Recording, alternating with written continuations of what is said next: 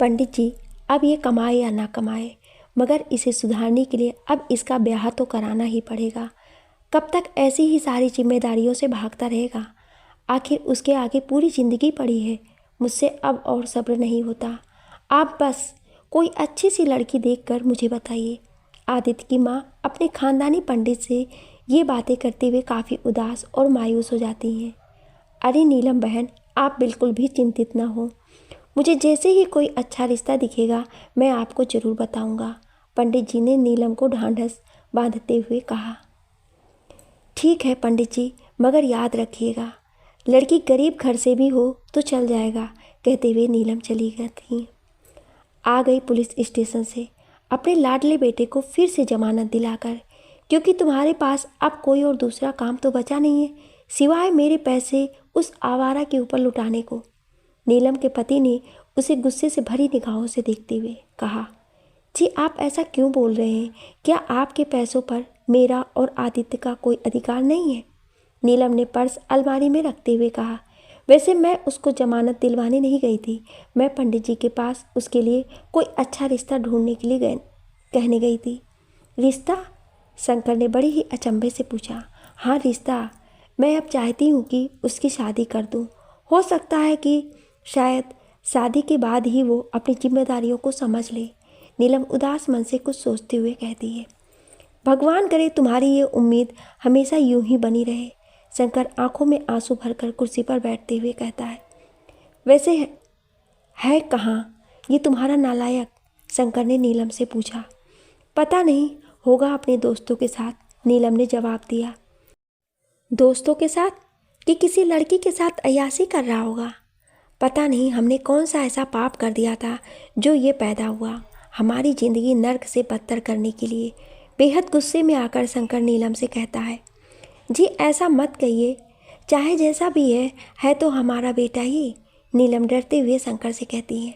हाँ, तुम्ही ने तो शुरू से उसे सर पे चढ़ाया है, नहीं तो आज ये खून के आंसू नहीं रोती।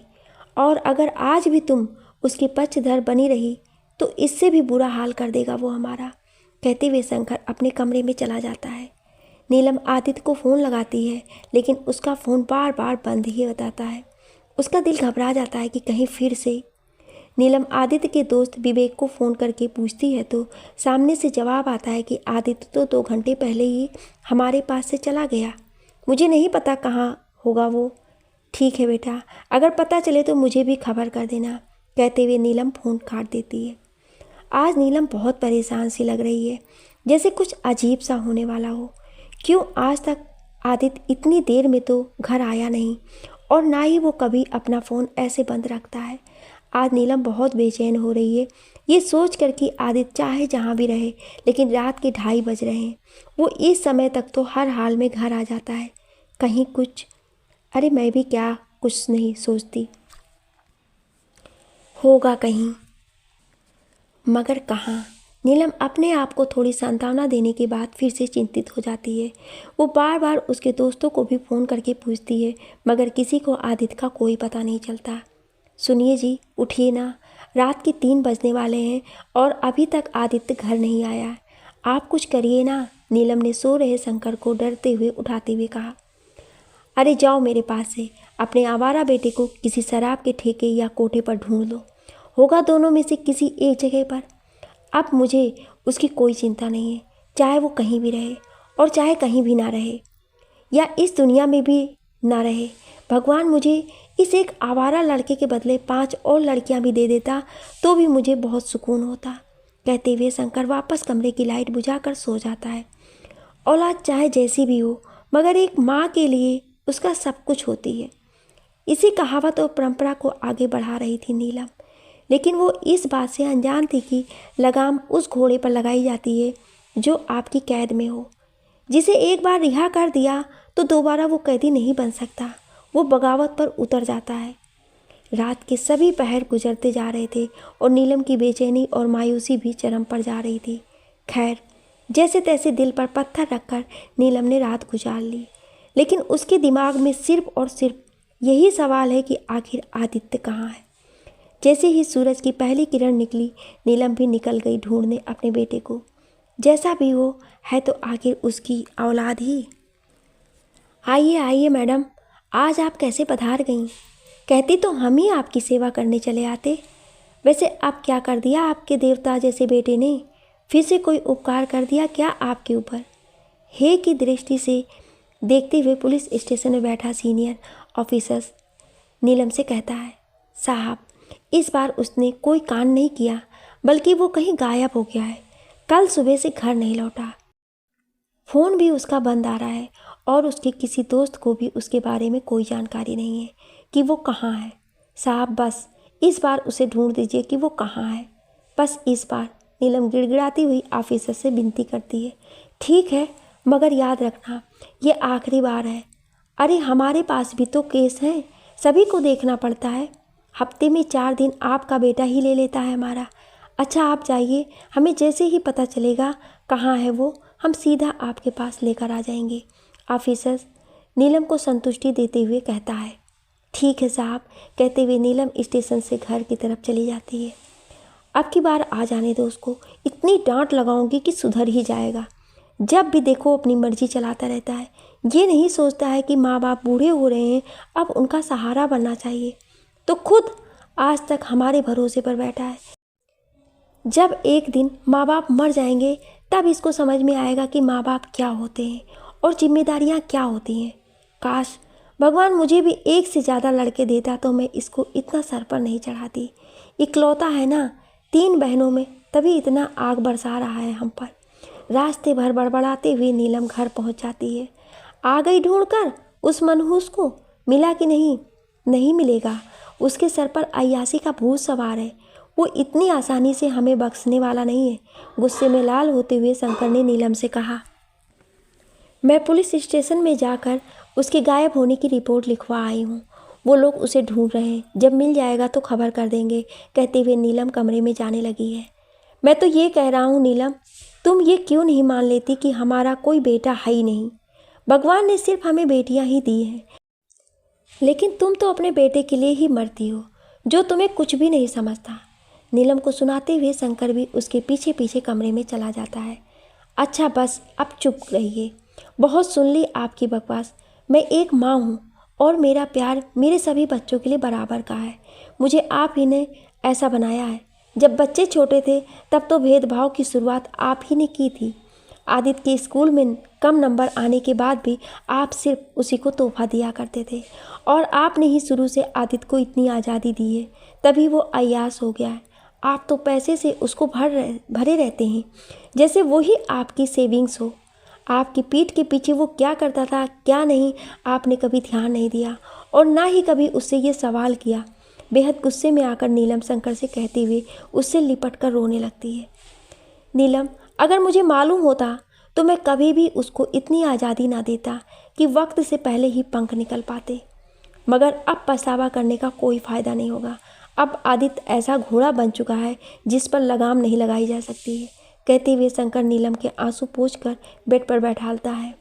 सुनिए, मैं क्या सोच रही हूँ, यहाँ गलत संगत में रहकर वो कभी सुधर नहीं पाएगा। मैं उसे कुछ महीनों के लिए मीनाक्षी, आदित्य की बड़ी बहन के घर कानपुर भेज दूँ, जैसा तुम चाहो, मगर मैं अब पैसा भी उस पर खर्च नहीं करूँगा। वहाँ जाकर खुद कमाएगा तो उसे आटा चावल का भाव पता चलेगा। उदास होकर शंकर नीलम से कहता है, ठीक है, फिर मैं मीनाक्षी से बात कर लेती हूँ और मैं खुद उसे लेकर कानपुर जाऊँगी। कहते हुए नीलम मीनाक्षी को फ़ोन करके बात करने लगती है। मीनाक्षी भी आदित्य को अपने पास रखने के लिए तैयार हो जाती है। जैसे ही नीलम मीनाक्षी से बात करके फ़ोन काटती है, उसी के तुरंत बाद ही एक कॉल आता है। आइए मैडम, अपने देवता समान बेटे के दर्शन कर लीजिए, इन्होंने एक और नया चमत्कार किया है। दूसरी ओर से आवाज़ आती है। नीलम समझ जाती है फ़ोन पुलिस स्टेशन से है और वो तुरंत ही उसे लेने जाने के लिए निकल पड़ती है। सुनो, जा तो रही हो, मगर हर बार की तरह नहीं करना, अब की बार उससे बहुत सख्ती से पेश आना। जाती हुई नीलम से शंकर ने कहा, आइए मैडम, मिलिए अपने वासना के गुरु से, जिस्म के पुजारी से। यहीं भोपाल के एक होटल में कल से किसी लड़की के साथ रंगरेलियां मना रहे थे। पुलिस स्टेशन पहुंचते ही सीनियर ऑफिसर ने नीलम से कहा, आज नीलम बहुत गुस्से में होती है और आदित्य को 4-5 तमाचे जड़ देती है। चल आज घर तू अब इस शहर में नहीं रहेगा। कोई जिम्मेदारी नहीं, कोई लाज नहीं। आदित्य का हाथ पकड़कर घर ले जाते हुए नीलम ने उससे कहा, माँ मेरी बात तो सुनो। अच्छा अब मैं कुछ गलत काम नहीं करूँगा और कोई अच्छा सा काम ढूंढकर आप लोगों की जिम्मेदारियाँ भी उठाऊँगा। बड़े विनम्र भाव से आदित्य ने अपनी माँ नीलम से कहा।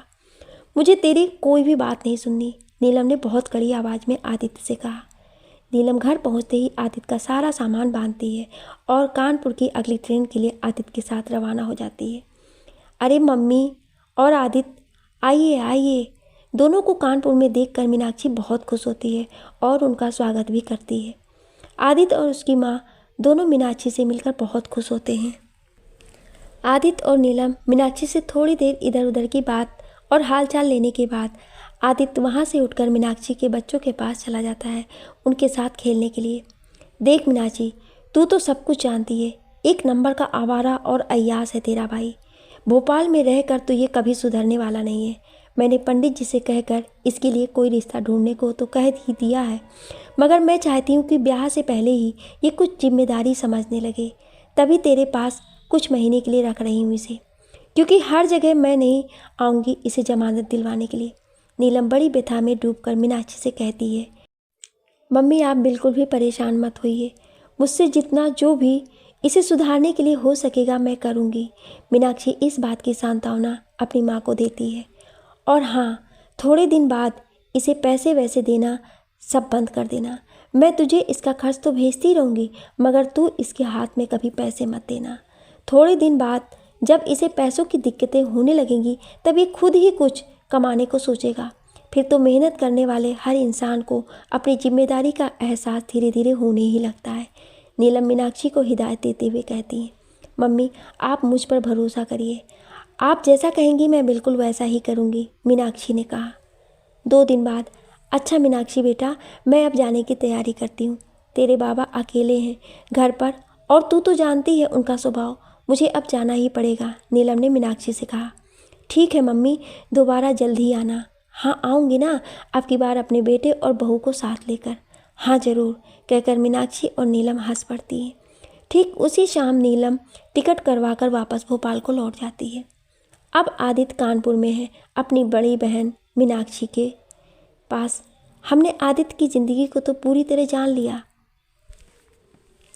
आइए अब थोड़ा बहुत सा सब कुछ जानने की कोशिश करते हैं कोयल के बारे में। आखिर कौन है कोयल? छोड़ दो मुझे वापस जाना है। मुझे नहीं रहना यहाँ। मुझे मेरे घर जाना है। मैं ये सब काम नहीं कर पाऊँगी। छोड़ दो मुझे, छोड़ दो। चारों तरफ गुंडों से घिरी नैना उस पर रहम करने के लिए उनसे भीख मांगती है। ए चुपचाप चल, ज़्यादा पकड़ पकड़ मत कर, वरना तेरा ऐसा हाल करूँगा कि ऊपर जाने के अलावा और कहीं जाने के लायक नहीं बचेगी। उन्हीं में से एक गुंडा बड़ी बेरहमी से नैना के बाल नचाते हुए उससे कहता है।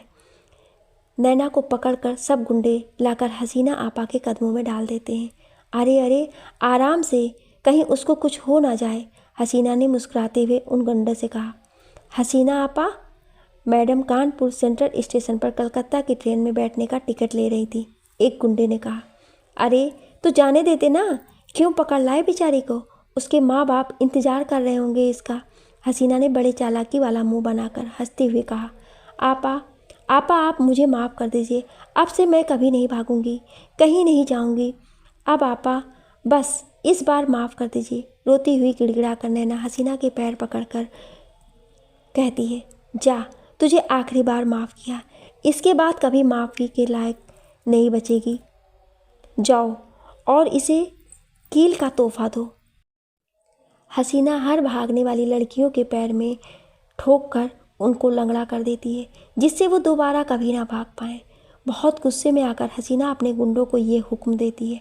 आपा नहीं, आपा मुझे माफ़ कर दीजिए। मैं अब नहीं जाऊंगी।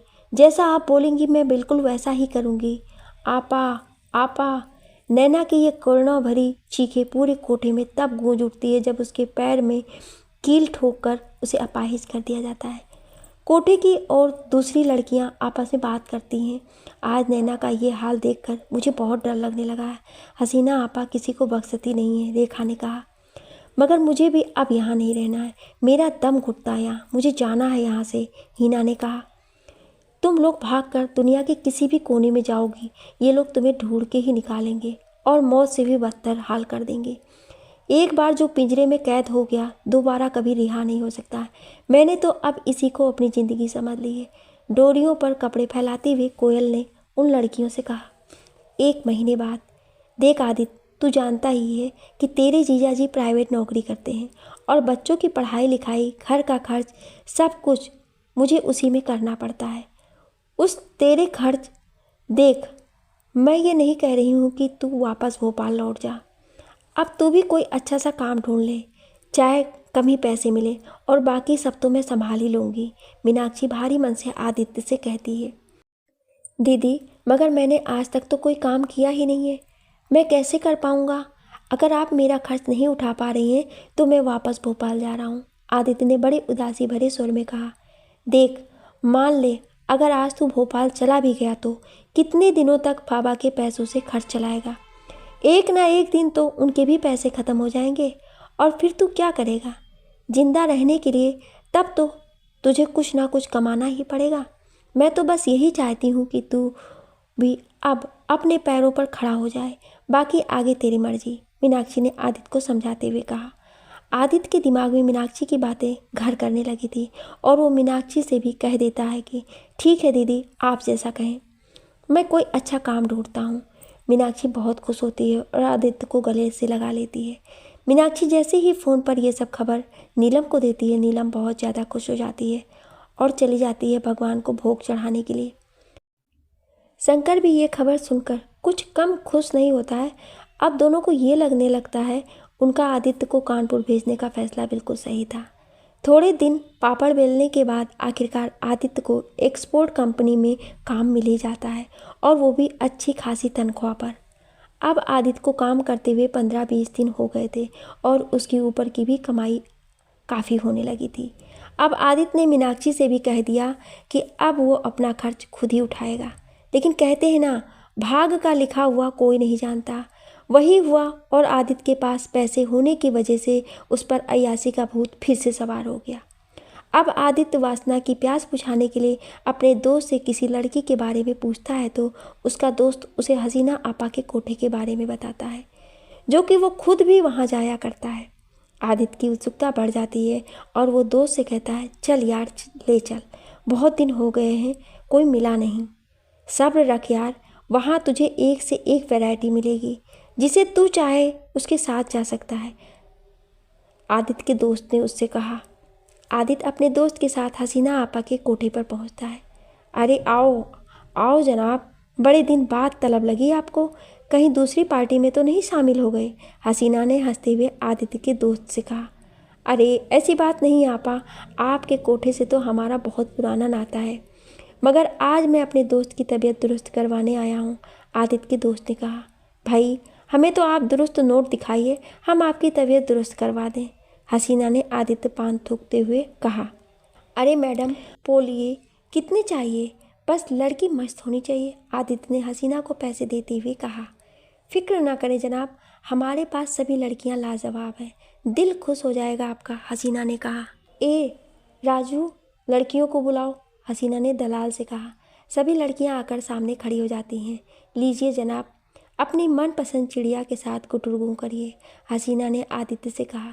सभी लड़कियां खड़ी रहती हैं मगर आदित्य की नज़र कोयल पर पड़ती है।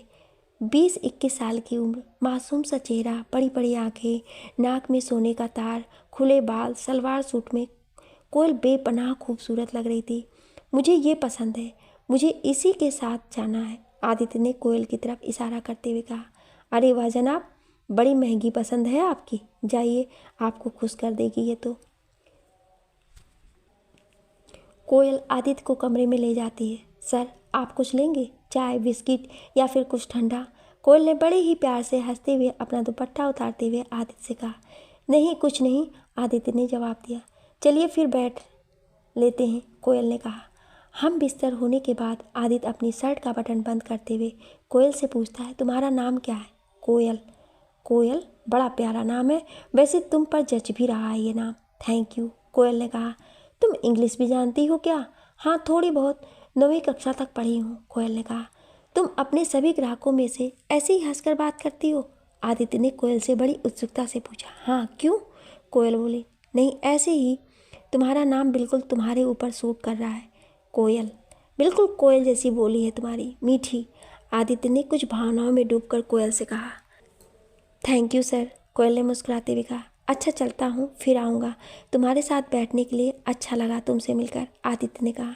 ठीक है, कहते हुए कोयल कमरे का दरवाज़ा खोल देती है। कितनी अच्छी, कितनी प्यार से बोलने वाली और हमेशा खुश रहने वाली, कितनी खूबसूरत है वो। आज पहली बार इतनी खुश मिजाज और मीठा बोलने वाली लड़की को वो देखा है। आदित्य अपने मन में कोयल के लिए ये सब ख्याल सोचते हुए घर की ओर जाता है। पूरी रात गुजरती जा रही थी, मगर आदित्य के दिल से कोयल का ख्याल नहीं जा रहा था। सुबह हुई और आदित्य आज फिर बेचैन हो गया हसीना आपा के कोठे पर जाने के लिए। आज शाम के समय आदित्य अकेले ही कोठे पर जाता है। आइए आइए जनाब, लगता है आप भी बड़े शौकीन हैं, हसीना ने आदित्य से पान की पीक थूकते हुए कहा। आपकी लड़की कमाल की है हसीना आपा, मुझसे रहा नहीं गया, मैं फिर आ गया, आदित्य ने हसीना को पैसे देते हुए कहा। ए राजू, जा लड़कियां ले आ, हसीना ने दलाल से कहा। अरे हसीना आपा, लड़कियां बुलाने की ज़रूरत नहीं है, मुझे सिर्फ कोयल ही चाहिए, आदित्य फौरन बोल पड़ा। अरे वाह, लगता है आपको कुछ खास पसंद आ गई हमारी कोयल, हसीना ने कहा।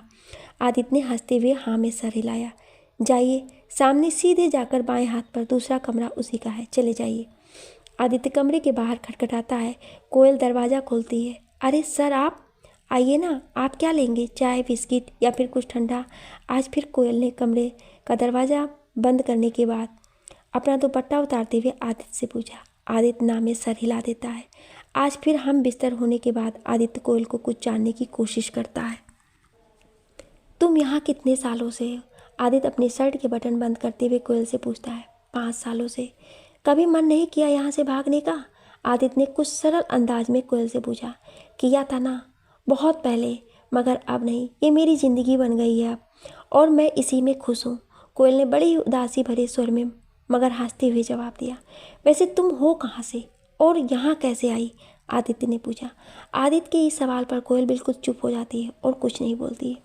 चलो मत बताओ, फिर कभी बता देना, वैसे भी अभी बहुत मुलाकातें बाकी है, आदित्य बिल्कुल सहज होकर कहता है। चलो मैं ही बता देता हूँ, मैं कहाँ से हूँ। मैं भोपाल से हूँ और यहाँ कानपुर में अपनी दीदी के घर पर रहता हूँ।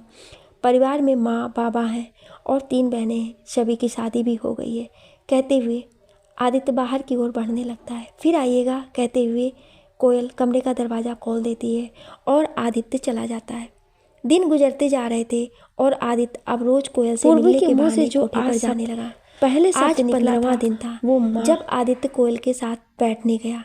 लगता है जनाब को हमारी कोयल कुछ ज़्यादा ही पसंद आ गई है, तभी तो रोज आ जाते हैं अपनी जेब ढीली करने, कहते हुए हसीना आदित्य को कोयल के कमरे की तरफ जाने का इशारा करती है।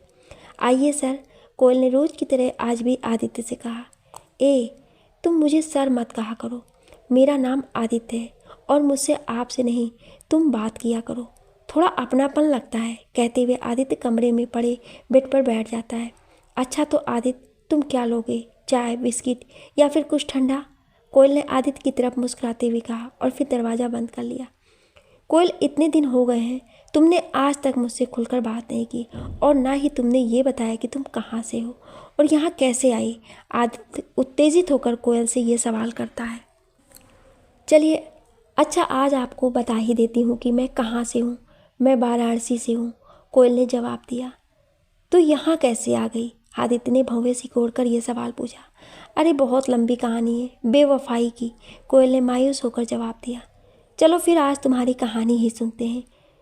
बार बार कोयल के मना करने के बाद भी आदित्य आज नहीं मानता और उसके अतीत को जानने के लिए जिद करने लगता है। चलिए तो आज आप मेरी कहानी ही सुनिए कि मैं यहाँ कैसे आई। कोयल कहती है।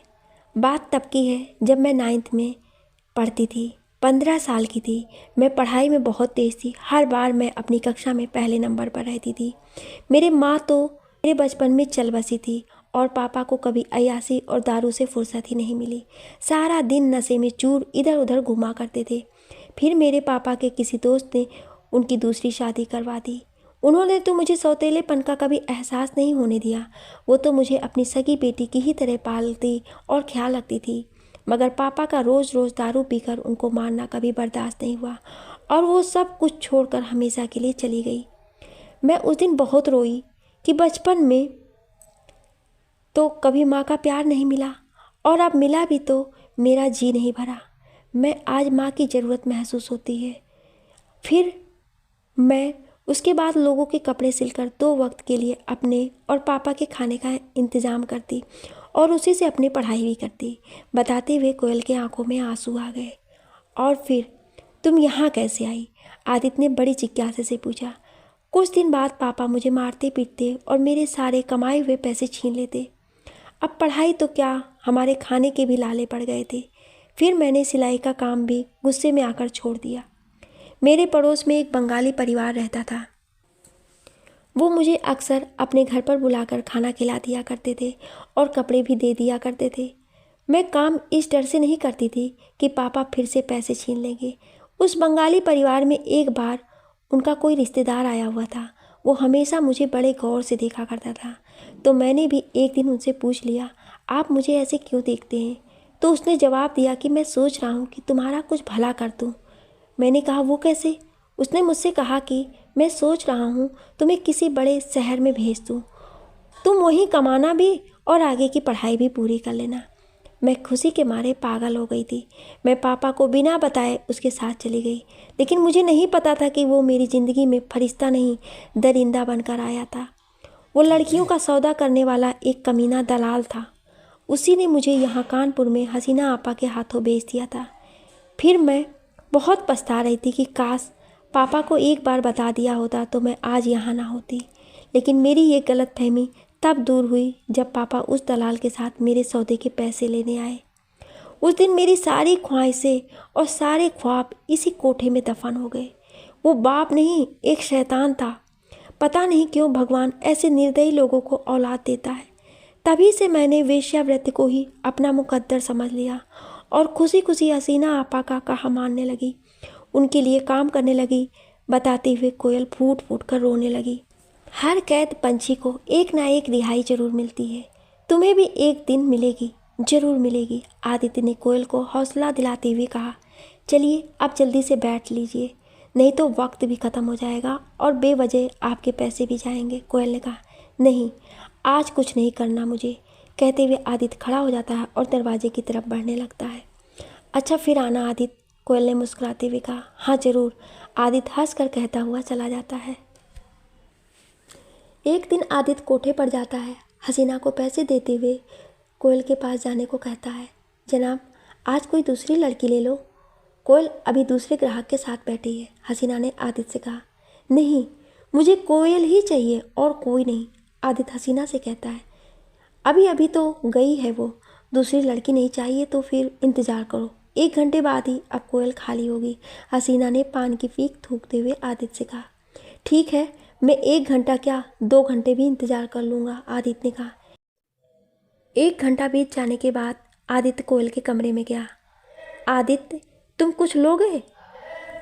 कोयल ने बड़ी सहजता से पूछा। हाँ सब लूँगा, चाय भी, बिस्किट भी, ठंडा भी और तो और खाना भी, मगर यहाँ नहीं, हमारे घर पर, तुम्हें अपनी पत्नी बनाकर। हाँ कोयल, मैं तुमसे बहुत प्यार करता हूँ। जब से मैं तुमसे मिला हूँ किसी दूसरी लड़की के साथ बैठना तो दूर, आँख उठाकर देखता भी नहीं हूँ। बस अब आज के बाद तुम किसी के साथ नहीं बैठोगी। आदित्य ने बड़ी उत्तेजना में ही सही मगर आज अपने दिल की बात कोयल से कही दी। ये क्या बोल रहे हो तुम आदित्य? अगर मैं बैठूंगी नहीं तो हसीना आपा मेरी जान ले लेगी, कोयल ने कुछ डरा हुआ महसूस करते हुए कहा। कोयल, हाँ ये सच है कि मुझे तुमसे प्यार हो गया है और अब तुम इस कैद से रिहा होने वाली हो। मेरा यकीन करो, मैं तुम्हें कभी भी धोखा नहीं दूंगा। आज से तुम्हारे सारे सपनों को पंख देना मेरी जिम्मेदारी है। बस तुम भी मेरा साथ दे दो अगर, आदित्य ने कोयल का हाथ पकड़कर कहा। लेकिन आदित्य तुम जानते तो हो ही मैं कितनों के साथ, कहते हुए कोयल अपने हाथ पीछे हटा लेती। मुझे उससे कोई फ़र्क नहीं पड़ता। कोयल, अगर तुम्हें भी मुझसे प्यार है तो वादा करो तुम मेरे साथ मेरी पत्नी बनकर रहोगी। आदित्य ने हाथ आगे बढ़ाते हुए कोयल से कहा। ये कैसे हो सकता है? तुम तो जानते ही हो हसीना आपा मेरी जान ले लेगी, कोयल ने कहा। तुमको डरने की ज़रूरत नहीं है, अब समय आ गया है तुम्हारी रिहाई का। तुम बहुत जल्द रिहा होने वाली हो इस कैद से। बस तुम मेरे और मेरे प्यार के ऊपर भरोसा रखो, आदित्य ने कोयल के कंधों पर हाथ रखते हुए कहा। लेकिन कुछ नहीं कहते हुए आदित्य कोयल के होठों पर उंगली रख देता है। बस ये बता दो कि क्या तुम भी मुझसे प्यार करती हो या नहीं? हाँ, कोयल सर हिलाते हुए नजरें झुका लेती है।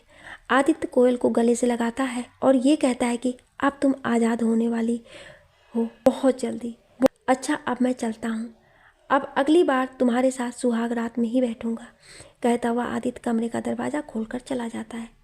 कोयल ये सोचकर चिंता में हो जाती है कि मैं कहीं भी जाऊंगी, हसीना आपा के गुंडे मुझे तलाश लेंगे।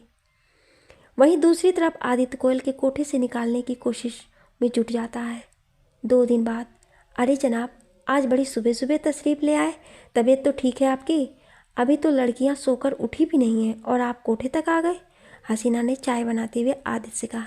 नहीं नहीं आपा, तबीयत तो ठीक है, बस आज मूड सुबह सुबह ही हो गया, तो मैंने सोचा आपकी बोहनी ही करा दूं, आदित्य ने जवाब में कहा। जाओ देखो, अगर तुम्हारी लैला उठ जाए तो। हो लो फ्रेश, हसीना ने इशारा करते हुए कहा। अरे आदित्य, तुम इतनी सुबह? कोयल ने कमरे का दरवाज़ा खोलते हुए कहा। कोयल, मैं इतनी सुबह यहाँ का माहौल देखने आया हूँ, आखिर तुम्हें जो निकालना है यहाँ से, आदित्य ने कमरे के अंदर आते हुए कहा। मैं अभी 4-5 दिन और एकदम सुबह सुबह तड़के ही आ जाया करूँगा, ताकि देख सकूँ कि कौन कौन जागता है। लेकिन आदित्य, अगर हसीना आपा को पता चला तो वो मेरी और तुम्हारी दोनों की जान ले लेगी, कोयल ने भयभीत होकर कहा। तुम उसकी चिंता मत करो, किसी को पता ही नहीं चलेगा कि तुम कहाँ हो, आदित्य ने कोयल को सांत्वना देते हुए कहा। दूसरे दिन, अरे जनाब, आज फिर इतनी सुबह सुबह? अभी तो कोई भी लड़की नहीं उठी होगी, हसीना ने आदित्य को सुबह सुबह कोठे में देखकर ये बात कही। आपा, वो कल सुबह सुबह ही कर लिया था तो दिन भर बहुत हल्का महसूस कर रहा था, तभी मैंने सोचा कि हल्का भी हो लूँ और सुबह सुबह आपकी बोहनी भी करा लूँ, कहता हुआ आदित्य कोयल के कमरे की ओर चला जाता है। कोयल कमरे का दरवाज़ा खोलकर आदित्य को अंदर कर लेती है। कोयल, जिस दिन भी तुम यहाँ से निकलना, यही समय है यहाँ से रिहा होने का। इस समय सारे लोग सोते रहते हैं और बाहर गेट पर पहरा देने वाले गुंडे भी। हसीना भी इस समय चाय लेकर कमरे में चली जाती है और फिर वहीं सो जाती है। यही बिल्कुल सही वक्त है निकलने का। तो ठीक है, तुम परसों यहाँ से निकलोगे, आदित्य ने यह सब कोयल से कहा। लेकिन आदित्य, मुझे बहुत डर लग रहा, हसीना के गुंडे हमें दुनिया के किसी भी कोने से ढूंढ लेंगे और फिर मेरी ज़िंदगी मौत से भी बदतर कर देंगे। कोयल उदास मन से डरते हुए आदित्य से कहती है।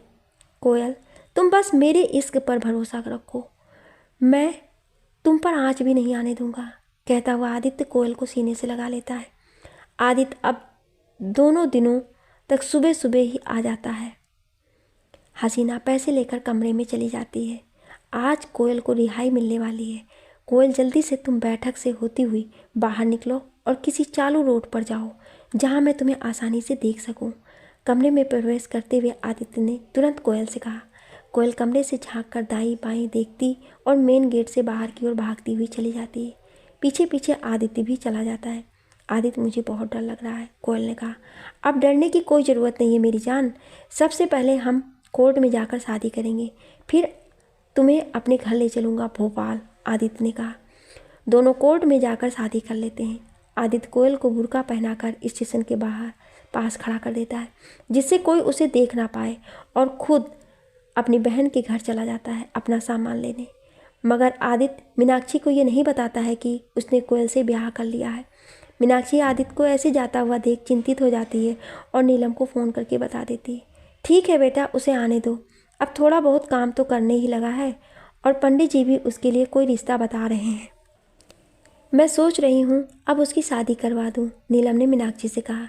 थोड़ी देर बाद आदित्य और कोयल भोपाल जाने वाली ट्रेन में बैठ गए, रवाना हो जाते हैं। वहीं दूसरी तरफ हसीना देखती है कि कोयल के कमरे का दरवाज़ा बाहर से बंद है। हसीना सभी लड़कियों से कोयल के बारे में पूछती है, मगर किसी को कुछ पता नहीं होता है। शायद हसीना को इस बात का आभास हो जाता है कि आदित्य ही कोयल को भगा कर ले गया है। साला कमीना हरामखोर, भगा ले गया मेरी सोने की चिड़िया को।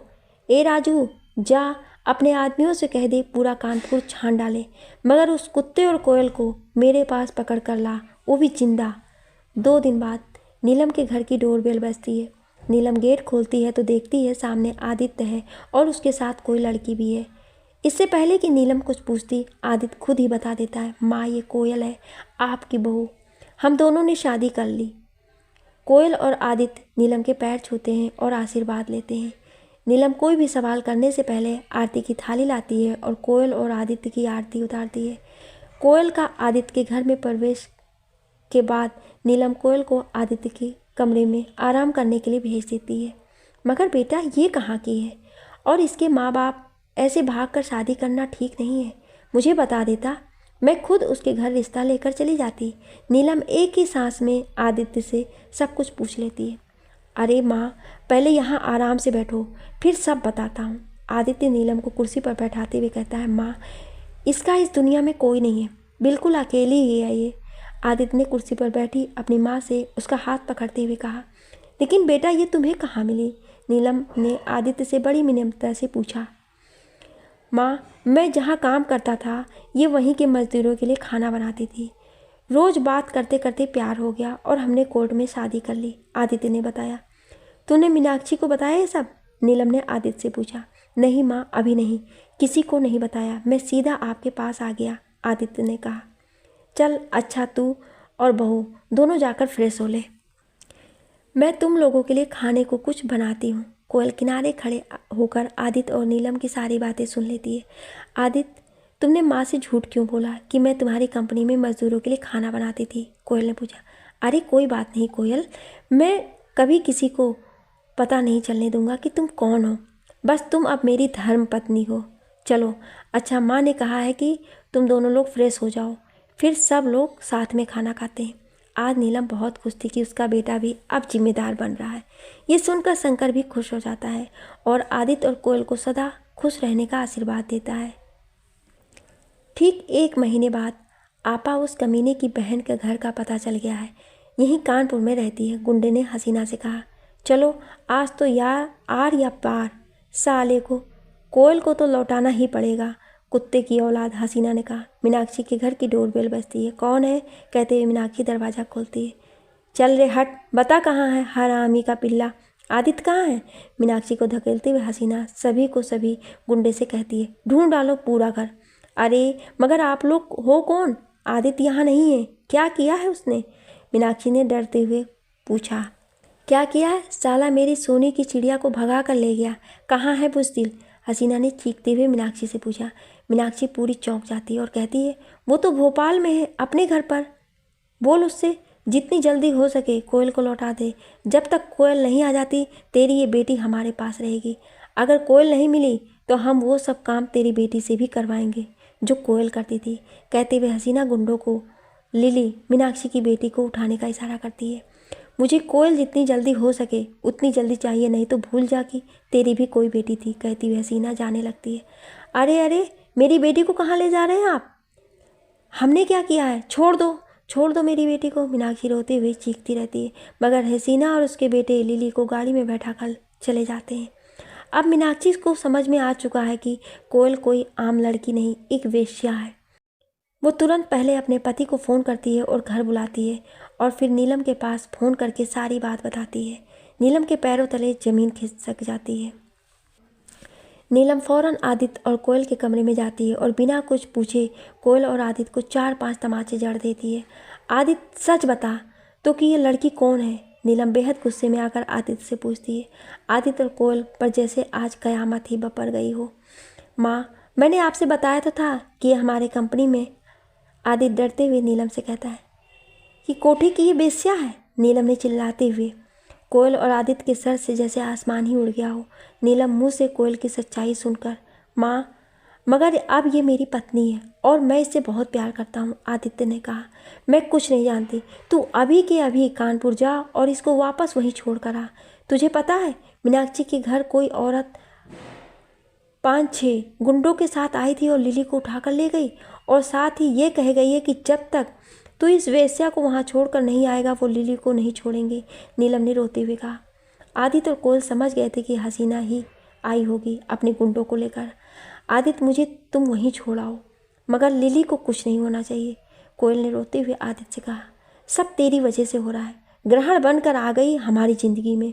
अगर मेरी लिली को कुछ भी हो गया तो मैं तुझे जिंदा नहीं छोड़ूंगी। नीलम ने कोयल की तरफ उंगली दिखाते हुए बात कही।